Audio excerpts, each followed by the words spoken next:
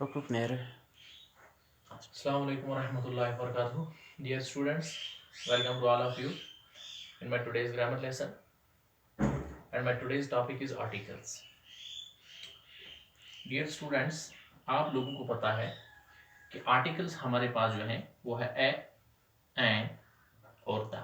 इसके बारे में आप सभी लोगों को पता है कि ये तीन आर्टिकल्स हैं, ए, एन और द।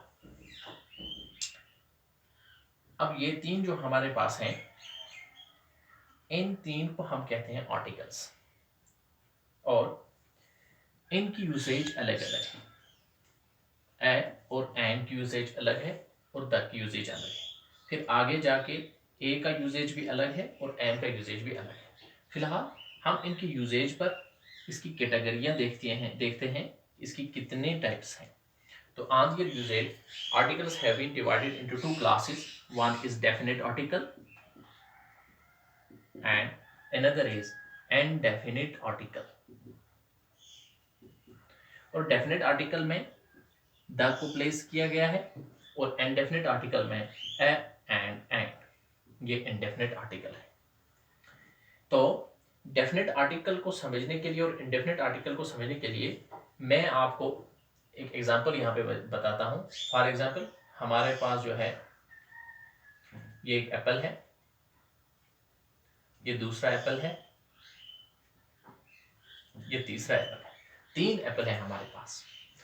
अगर मैं एक सेंटेंस इस्तेमाल करता हूँ, I want to eat an apple, मैं एक एप्पल इन एप्पलों में से खाना चाहता हूँ। ये जनरल है, इन तीन एप्पलों में से कोई भी एक एप्पल, चाहे ये हो चाहे ये हो चाहे ये हो, इन तीन में से मैं एक एप्पल खाना चाहता हूँ। तो मैंने यहाँ पे जो आर्टिकल इस्तेमाल किया वो है एन। अब इसके ब्रैकेट्स अगर मैं इनकी नंबरिंग करता हूँ 1, 2 एंड 3 और एक सेंटेंस में लिखता हूँ आई वांट टू ईट, यहां पर मैं लिखता हूं the apple which is at position 2। शाबाश। अब नंबरिंग के बाद मैं इन तीन में से एक पर्टिकुलर एक स्पेसिफिक एप्पल खाना चाहता हूं। वो स्पेसिफिक एप्पल जो है वो पोजीशन 2 पे है, इसलिए मैंने यहाँ पे जो सेंटेंस इस्तेमाल किया सेम यही सेंटेंस, सेम यही मीनिंग, लेकिन एक फर्क है कि यहाँ पर हमने एन आर्टिकल इस्तेमाल किया और यहाँ पर जो हम आर्टिकल इस्तेमाल कर रहे हैं वो द है। तो I want to eat the apple which is at position 2, यहाँ पर द आर्टिकल इस्तेमाल किया।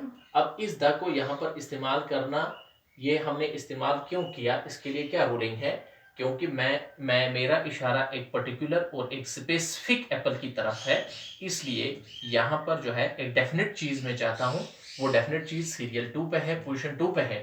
तो यहाँ पर जो आर्टिकल मैंने इस्तेमाल किया द, और द जो है ये डेफिनेट आर्टिकल है, और यहाँ पर मैंने इस आर्टिकल इस्तेमाल किया एन, और एन इनडेफिनेट आर्टिकल है।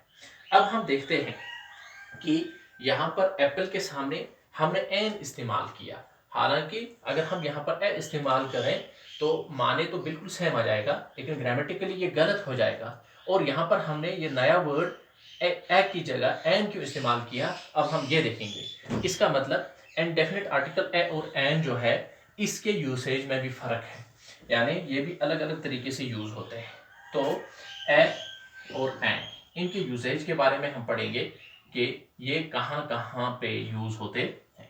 हमने इंग्लिश में पढ़ा है कि ए से लेकर जेड तक हमारे पास जो टोटल लेटर्स की तादाद है वो है 26, और out of this 26 5 are vowels, A, E, I, O and U, these are vowels, and rest 21 B, C, D, F, G, H, J, K, L, M, N, P, Q, R, S, T, V, W, X, Y and Z. ये हमारे पास जो है ये 21 जो हमारे पास है, 21 number, ये consonants हैं, और ये 5 जो हैं इनको हम कहते हैं वोवेल्स। क्या कहते हैं? वोवेल्स, कॉन्सोनेंट्स, और ये 21 कॉन्सोनेंट्स हैं और इनको हम कहते हैं वोवेल्स। जनरली कहा जाता है कि कोई भी वर्ड जो वॉवेल से शुरू हो उसके सामने हम एन प्लेस करते हैं, और कोई भी वर्ड जो कॉन्सोनेंट से शुरू हो उसके सामने हम ए प्लेस करते हैं। लेकिन बच्चों, हमें ये बात जहन में होनी चाहिए कि according to standard British English जो हमारे पास 26 लेटर्स हैं, इन 26 लेटर्स के हमारे पास साउंड्स टोटल जो हैं वो है 44 साउंड्स, और 44 साउंड्स में से हमारे पास 20 वॉवेल साउंड्स हैं, वॉवेल साउंड्स, और हमारे पास 24 जो हैं वो हमारे पास कॉन्सोनेंट साउंड्स हैं। तो कुल मिला के हमारे पास 44 साउंड्स हैं। और हो सकता है कोई वर्ड ऐसा हो जो शुरू कॉन्सोनेंट से होता हो लेकिन साउंड इसका वॉवेल का हो, और हमें इसको वॉवेल की कैटेगरी में डालना नहीं है, लेकिन वॉवेल साउंड होने की वजह से हम ए के बजाय इसके सामने हमें एन प्लेस करना है। अब अगर कोई ऐसा वर्ड है जो बज़ाहिर वॉवेल है लेकिन कॉन्सोनेंट जो है, कॉन्सोनेंट की वॉवेल है लेकिन कॉन्सोनेंट का साउंड है, और कॉन्सोनेंट साउंड के सामने हमें कौन सा क्या प्लेस करना है, ए प्लेस करना है। इसलिए ये समझने के लिए कि ए और एन कहाँ पर प्लेस करें, ये कॉन्सोनेंट्स के सामने प्लेस करना है या कॉन्सोनेंट साउंड्स के सामने प्लेस करना है, ये वॉवेल के सामने प्लेस करना है या वॉवेल साउंड के सामने प्लेस करना है, इसके लिए बहुत ज़रूरी है कि हम IPA जो है वो समझें, यानी इंटरनेशनल फोनेटिक अल्फ़ाबेट वो हम समझें, या फोनेटिक साउंड्स जो है वो हम समझें। उससे दो चीज़ें हमारी क्लियर हो जाएंगी, एक हमारी प्रोनाउंसिएशन क्लियर हो जाएगी और दूसरा आर्टिकल के यूसेज के रूल्स जितने भी हैं वो भी क्लियर हो जाएंगे। तो इस वक्त ऑनलाइन फोनेटिक्स पढ़ाना या फिर जो है IPL, ये क्या कहते हैं, इंटरनेशनल फोनेटिक अल्फ़ाबेट पढ़ाना, तो ये मेरे ख्याल से एक चैलेंज है।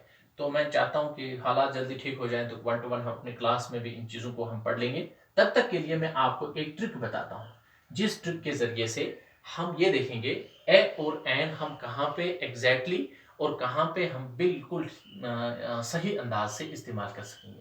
देखो, जैसे हमारे पास बहुत सारे कॉन्सोनेंट वर्ड्स हैं, जैसे हमारे पास चेयर है, ये कॉन्सोनेंट से शुरू होता है सी से। हमारे पास बैग है, ये कॉन्सोनेंट से शुरू होता है बी से। हमारे पास एक वर्ड है, जैसे हमारे पास एक वर्ड है चाक, ये कॉन्सोनेंट से शुरू होता है सी से। हमारे पास एक वर्ड है पेन, ये कॉन्सोनेंट से शुरू होता है पी से।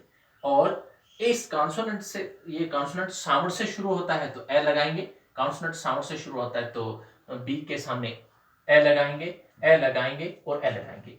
अब हम और एक वर्ड पे आते हैं, जैसे हमारे पास एक वर्ड है यूनिवर्सिटी, यूनिवर्सिटी। हर एक को पता है कि अगर हम यूनिवर्सिटी के सामने एन लगाते हैं तो ये गलत हो जाता है, ग्रामेटिकली ये गलत हो जाता है।